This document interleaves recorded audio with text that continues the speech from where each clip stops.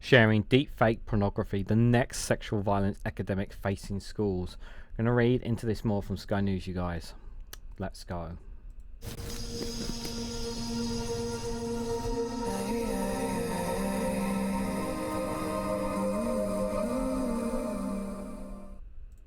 Good morning, good afternoon, good evening, wherever you are in the world. This is Reganelite here with an article from Sky News with the headline that showing deepfake pornography is the next sexual violence epidemic facing schools.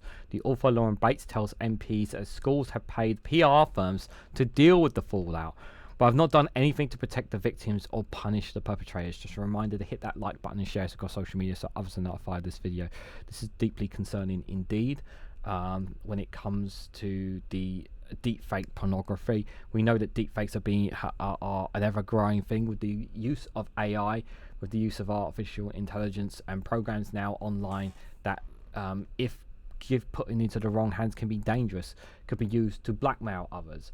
And the fact that this is potentially being the next epidemic in schools is quite shocking, and action needs to be taken immediately to prevent any harm like this coming to children. Now, obviously, there has been the conversation about mobile phones and about how active kids should be on social media and length. And I agree there has to be restrictions, and I'm sure you will agree with me. There needs to be restrictions of them when it comes to access to the internet, access to social media, certain social media, because understanding the dangers of the internet can be a very difficult thing. And I'm sure even right now, obviously, it can be, you can get your hands on anything if you're not careful. And even, it's quite easy to bypass restricted age areas with some places where they simply just ask you to enter your date of birth, and you can just put a fake one in to get into a certain website. This is really important that we tackle something like this. Somebody could use this as revenge, or revenge porn is another term to be used on other children, and that is an incredibly scary thing. This needs to be tackled as soon as possible. And the fact here is that schools have been paying PR firms to deal with the fallout, and they've not done anything about it. Well, then why are we paying them? That's the question that I have to ask these schools.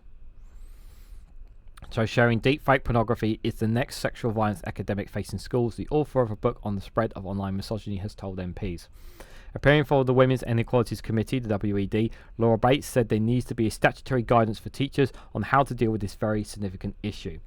She said every UK case has been investigated. Schools have paid thousands of pounds hiring PR firms to focus on damaged reputation management. However, in terms of supporting girls and taking action against the perpetrators, nothing has happened. She said of deepfake pornography, it is happening, it's significant, female teachers are affected, which often goes unnoticed, and schools are just not equipped to tackle it. My suggestion is that this is the next big sexual violence epidemic facing schools, and people don't even know what's going on. Deepfakes are pictures, videos and audio clips are made with artificial intelligence, AI, or look or sound real.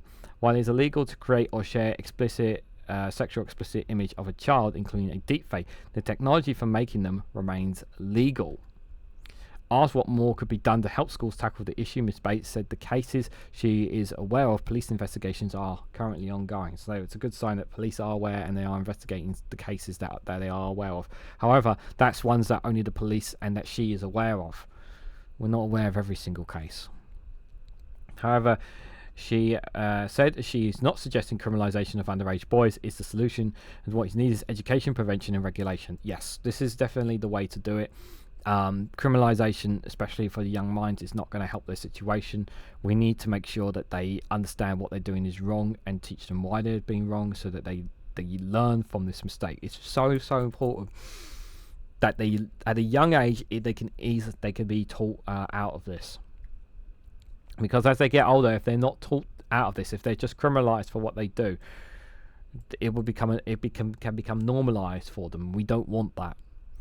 It shouldn't be the case that a 12-year-old boy can easily and freely access tools to create these forms of content in the first place, she said. Ms. Bates is the founder of the Everyday Sexism Project and author of The New Age of Sexism, How the AI Revolution is Reinventing Misogyny. She's also called for very clear guidance on how schools should respond to this challenge, and she warned of a repeat of failings that happened previously with intimate abusive images, where girls have been coerced into sending images of themselves and then punished for taking the images once they had been shared around, but the person spreading the image has not. A government spokesperson has told Sky News, "We are reviewing the relationships, sex and health conundrum to look at all modern day challenges facing children, including that of deepfake porn, and working to ensure children are taught how to build positive, healthy relationships in an age-appropriate way." It comes amid mounting concerns among MPs and experts about online safety for children, with many wanting the government to go further with its regulation on big tech firms. In April, a report by the Child's Commissioner for England found that nullifying apps are disproportionately targeting girls and young women, with many appearing to work only on female bodies.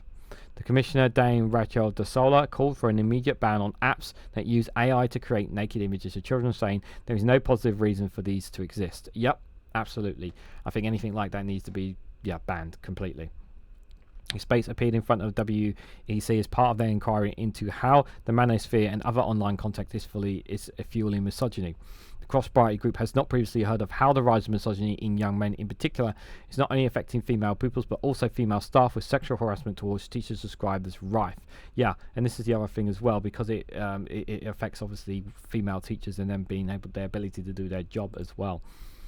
On Wednesday sessions, the committee also heard concerns around the rise of sex tech industry, including robots and AI girlfriends, with fears that this is having wider impacts on attitudes towards women and girls. Yep, this is a big problem.